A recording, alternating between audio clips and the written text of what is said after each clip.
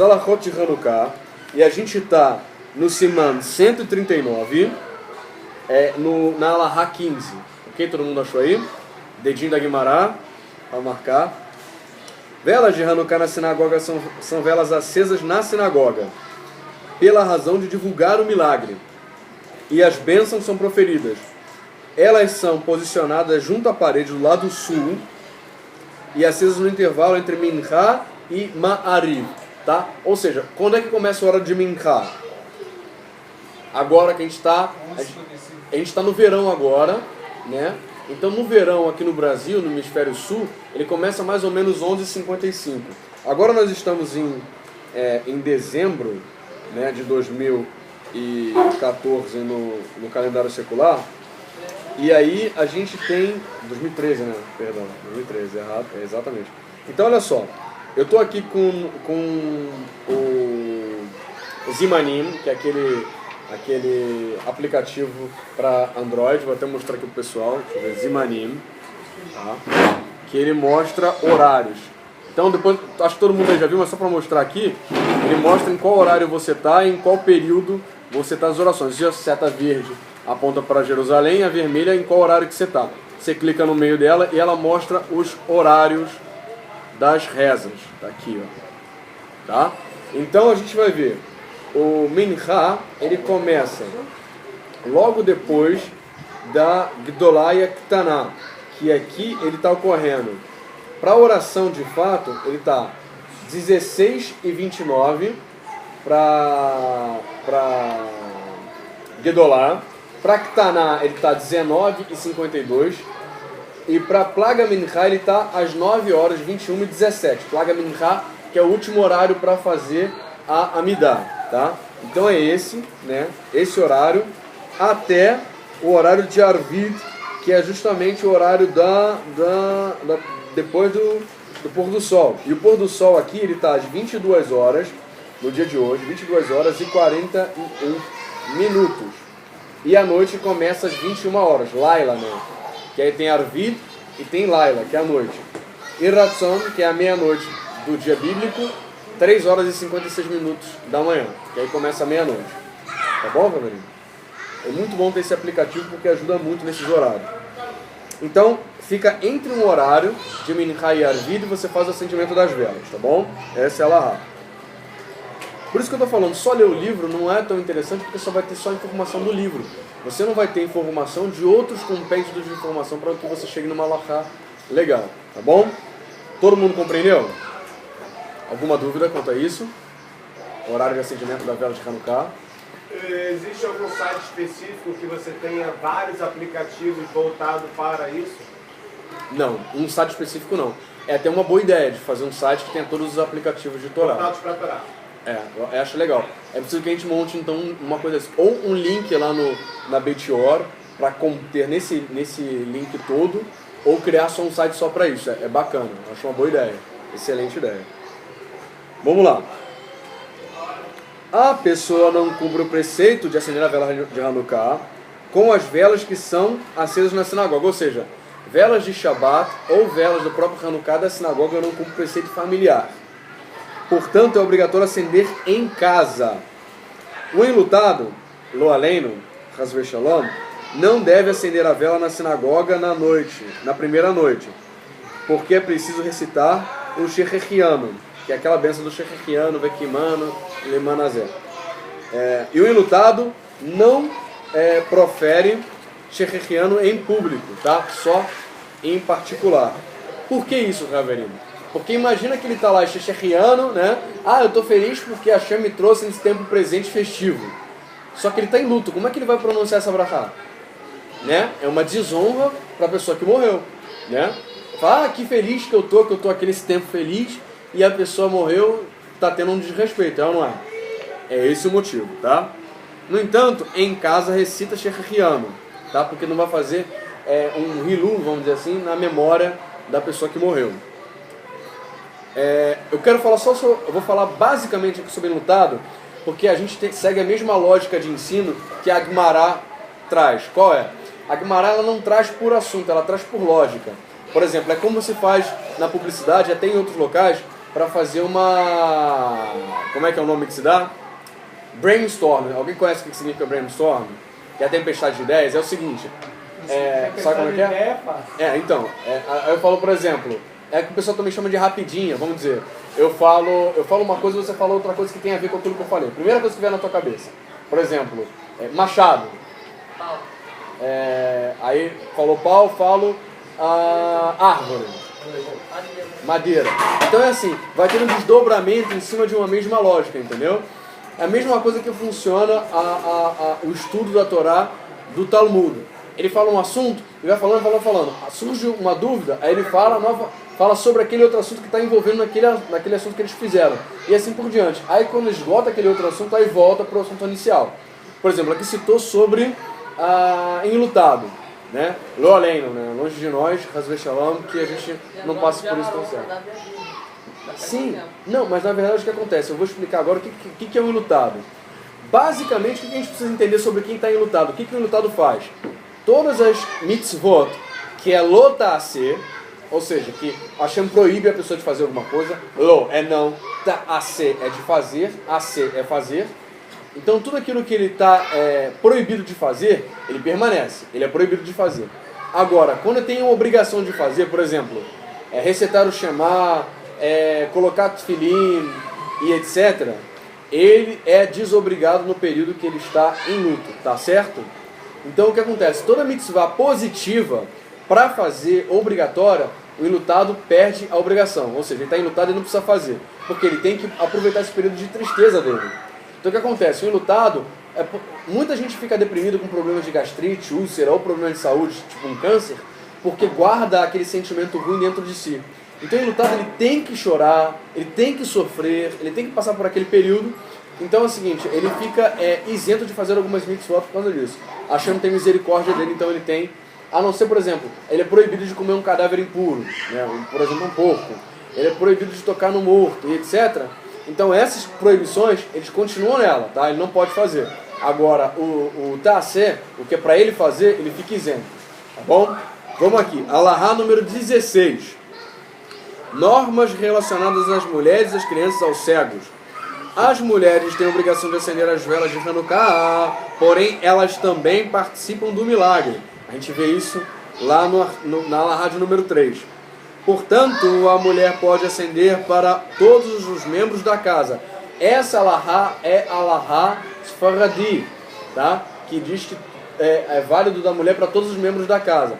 Os Ashkenazim, pelo menos se eu me lembro, eu acho que é isso, cada um tem que acender sua própria vela de Hanukkah, tá bom? É meio que individual.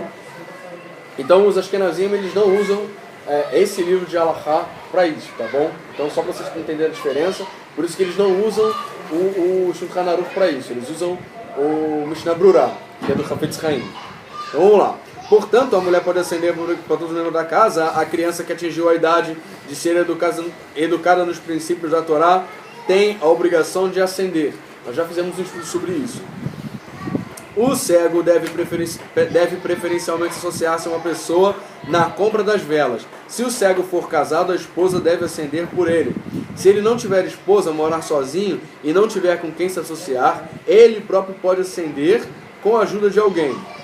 Haverim, esse é um princípio da Torá. Se a pessoa tem possibilidade de fazer uma mitzvah, seja ela qual for, ele pode pagar uma pessoa para fazer e ele se torna participante ou co-participante daquela mitzvah. Por exemplo, em Purim, a gente tem duas mitzvot principais. Uma de dar 2 porções para quem não tem, né? A questão de alimento, uma para um pobre, outra para outro, e alimento feito. Eu não posso dar arroz saquinho para essa pessoa, eu tenho que fazer um prato e dar para essa pessoa. Ah, Yaakov, eu não sei cozinhar. Eu posso pagar alguém para cozinhar um prato, para essa pessoa dar em meu nome. Vou pegar aqui senão não cai. Para a pessoa dar em meu nome essa porção para um pobre, pode e deve, tá? Só que você tem que dizer para a pessoa o seguinte: olha, você vai fazer esse prato kasher, vai dar para uma família que vai festejar Purim, mas você tem que dizer que é em meu nome, é obrigatório. Por quê? Para que você possa estar fazendo essa boa ação, tá bom? Por exemplo, eu posso chegar para Miriam e me falar assim: Miriam, faz 2 pratos, um para dar para uma família em Purim e outro para dar para outra família em Purim. pode e deve. Você paga para ela fazer o prato, ela vai fazer o prato e vai dar em seu nome, tá? Isso, na verdade, muitos... E outra coisa também, a outra questão de dar porções, no mínimo 2, para pobres, tipo um dinheiro, que aí depois a gente vai ver a sobre isso. Os Ashkenazim tem um valor fixo, e os Sefaradim tem 3 valores de porção, que é o chamado meio shekel e tal, do mínimo. Como é que eu posso cumprir essa mitzvah? Para cumprir essa mitzvah, você deve dar o dinheiro para um shaliach, para ele fazer no dia de Purim. Esse não pode ser antes, não pode ser depois, tem que ser no dia de Purim. Então, você pega um rabino ou alguém que tenha tempo para poder dar essas porções para os pobres. Então você vai dar dinheiro para essa pessoa. Aqui na comunidade a gente vai levantar uma pessoa, você vai dar o dinheiro na mão dele e no dia ele vai entregar para um pobre, para um amigo. Hã? Não, aí que tá. Se for no Shabat ele pode ser um dia depois. Tá bom? Mas tem que ser em nome de Purim e tem que ser em nome da pessoa. Então, por exemplo, o Rav, ele recebe os valores e fala o seguinte, olha, aí chega numa instituição de caridade e vai falar o seguinte, olha, isso aqui é em nome de fulano, fulano, fulano, fulano, fulano, fulano, fulano. Saberim, eu vou contar a história do Rav Roni, não sei que não tem a ver com Purim agora, a gente vai chegando no porta de Purim, por isso que eu estou falando também. O Rav Roni, ele recebe esses valores e a comunidade entrega para ele e ele vai em famílias judias, em São Paulo, ele ia, na verdade, que agora ele está morando em Jerusalém, e entregava isso, chegava a quase R$2.000 para cada família, esses valores. E a família começava a chorar e falar o seguinte, olha, a gente não tem um Purim tão feliz, muito tempo por causa de vocês. Na verdade, o Purim é a festa mais feliz pra gente, porque a gente não tem condições de manter o estudo de Torá, de às vezes comprar coisa em casa. E com esse dinheiro a gente compra Sidur, a gente compra Talit, a gente faz mitzvot que a gente não podia fazer. Muito obrigado. Eu, Rav Roni, falo, não é em nome de mim, é em nome de tal, falando da comunidade. Isso também serve de cavoto para a comunidade também. Olha só, Purim é um dia muito festivo para judeus que não têm condições de praticar uma mitzvah. E que através do dia de Purim conseguem fazer essa mitzvah, por conta que a comunidade junta esse dinheiro para entregar. Então, Fabrício, aqui na nossa comunidade a gente também tem pessoas também que não tem muitos valores financeiros que precisam desse dinheiro também para poder cumprir mitzvot. Então é bom você separar. Aí, Jacob, eu posso colocar no Maaser? Não. Eu posso colocar na Tzedakah normal? Não. Se você faz Maaser e Tzedakah, é um valor para Purim. Tem que endereçar a quem você quer dar aquilo. Exatamente. São 2 porções diferentes de valores para 2 pessoas. De preferência, é a Allahá que diz que você não tem afinidade.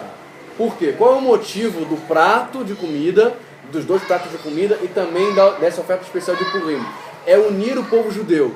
Então, na verdade, você tem que dar de preferência para quem não tem afinidade com você. Não pode dar para quem você tem afinidade. Entendeu? Por quê? Porque você não vai fazer com que as pessoas se unam a você. A ideia é você ter a vontade de ter afinidade com mais membros da comunidade judaica. Entendeu? Então esse é o princípio de Purim, você unir o povo de Israel. Então, de preferência, é para ser dado tanto os pratos quanto o valor financeiro para pessoas que você não tem afinidade direta, tá bom? Para poder unir as pessoas, tá? Ok? Então vamos lá. Por isso que muitas pessoas mandam um shaliach fazer, para que ela não tenha influência direta naquilo, entendeu?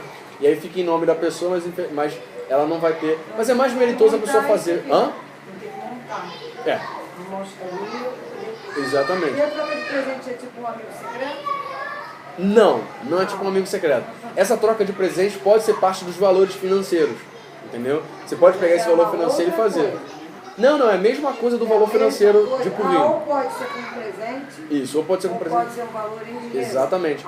Muitos pais fazem com os filhos através de doces ou brinquedos, alguma coisa.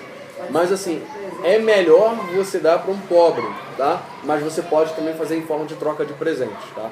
Contanto que você deixa a outra pessoa feliz, tá bom? E que você invista algum valor monetário. Aí, eu posso fazer uma cartinha de Purim, vai valer? Não vai valer.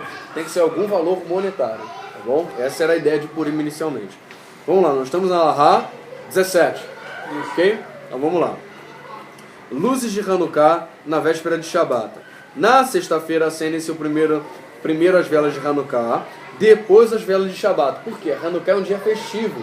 E Shabat você faz frequentemente. Então você faz uma coisa que é mais, entre aspas, uma coisa que não é normal de você fazer. Então você faz primeiro Hanukkah e depois Shabat, que é normal que você sempre faz, tá bom?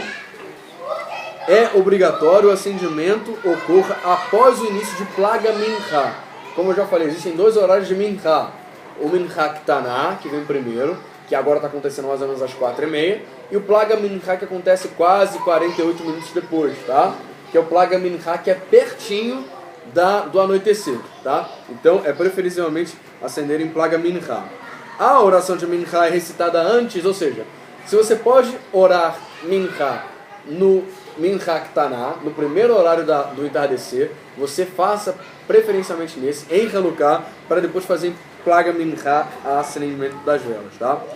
É imprescindível que seja colocado azeite suficiente para uma vela permaneça ardendo ao menos meia hora até o surgimento das estrelas. Haverim, hoje em dia quase essa lahá não é usada, por quê? Porque geralmente o pessoal compra em aquelas velas kasher para Hanukkah, então quase não se usa de azeite, tá?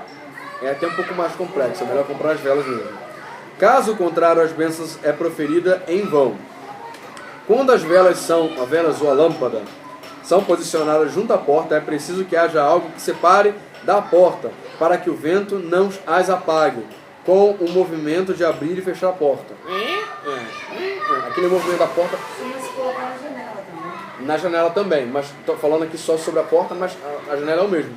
Hoje em dia, o que o pessoal faz? Coloca um recipiente de vidro de 4 lados no mínimo, 3 lados ao redor, não cá atrás para não tampar totalmente, só para impedir que o vento venha, e em cima, embaixo fica livre para você encaixar, e atrás também para que possa correr ar para que o fogo não apague. 18. Na saída do Shabat, no sábado seguinte, primeiro é recitada a Havdalah, e depois acesas as velas de Hanukkah. Na sinagoga, as velas são acesas antes do proferir de Veitem Lechá. Quem é hóspede? O indivíduo. Quem é hóspede? 19. Quem é hóspede? Alahá 19. O indivíduo que se encontra fora da casa deve seguir as seguintes leis. Por exemplo, eu estou na casa de alguém, eu sou hóspede, mas não estou na minha casa. O que eu faço? E é meritoso fazer isso. Chamar uma pessoa para passar a Hanukkah com você, especialmente quem está sozinho. Caso ele saiba que a esposa acenderá a vela em casa, ele deve acender no local onde encontra sem proferir as brachot. Ou seja, ele acende num outro local, ou participa do acendimento, mas não faz a brachá porque ele sabe que a esposa dele vai fazer. Se possível, ele deve ouvir o proferimento das bênçãos de outra pessoa que acende, ou seja, a mulher da casa que ele está. Tensionar, valer para si e responder amém em seguida de acender. Haverim, toda a brachá, para participar dela, você deve recitar amém logo em seguida. Seja uma brachá uma bênção de alimento, seja uma brachá uma bênção que alguém está falando sobre a melhora da vida de alguém, seja uma brachá para que a pessoa possa crescer em mitzvot, qualquer brachá que a pessoa faça. Deve ser respondido amém logo no final. Tá bom? Todo mundo que ouvir a bênção. Se possível, ele deve ouvir o procedimento de bênção de alguém e depois que ele falar amém. As pessoas que não têm esposa que acende as velas em casa e jovens solteiros que moram numa família que estão obrigados a acender o proferimento da bênção e dar a quantia em dinheiro para o chefe da casa onde eles se hospedam para tornar-se sócios do azeite do pavio, ou seja, mesmo princípio. Você está numa outra casa e aquela família ali que é responsável. Então você paga ele para que ele possa fazer a mitzvah e assim você participa da mitzvah junto com ele. Por exemplo, é isso que acontece, por exemplo. Todos nós devemos estudar a Torá 100% do dia. Mas se eu não posso estudar a Torá 100% do dia, você paga um Talmid Chacham, que você sabe que tem certeza que ele estuda a Torá. Então você paga ele para estudar a Torá. Para duas coisas. Primeiro, para que ele possa ter conhecimento para te passar. Segunda coisa, que você é participante daquela mitzvah de crescimento de Torá. Ou seja, Yaakov, eu não tenho tempo para poder estudar, eu não tenho talento para estudar tanto assim. O que eu faço? Eu pago uma pessoa para que ela possa ser um Talmid Chacham, um sábio de Torá, e assim todo o conhecimento que ele for crescer, todo o livro que ele for adquirir, etc., ele vai estar transmitindo para você. Então, de certa forma, você também está participando dessa mitzvah. Isso é válido para qualquer mitzvah, tá bom? Vamos lá. Outro sim, o hospedeiro deve adicionar um pouco de azeite, além do mínimo necessário, em representação pela participação deles. Yaakov, e se não for azeite, se for vela? Você compra a vela, você leva para casa e doa a vela para poder que uma das suas velas seja usada também. Todavia, então é bom vocês anotarem aí em cima. Anota que essa alahá é nossa, tá? Então anota aí logo em seguida que tá esses irmãos. Você bota um asterisco e bota em relação à vela que você pode comprar uma vela para adicionar. Tá bom? Hã? Pode ser, que já está em cima, mas é só uma ideia adicional para você acrescentar aí, tá bom? Todavia, é preferível que uma pessoa procure acender individualmente. É ideal que a pessoa procure acender individualmente. A pessoa que se encontra em sua cidade, só que está em outra casa, necessita retomar para sua casa ao chegar no horário de acendimento das velas. Antes de ir para a Alahá 20, deixa eu só dar uma pausa, a gente está em 20 minutos, eu vou dar uma pausa aqui no vídeo.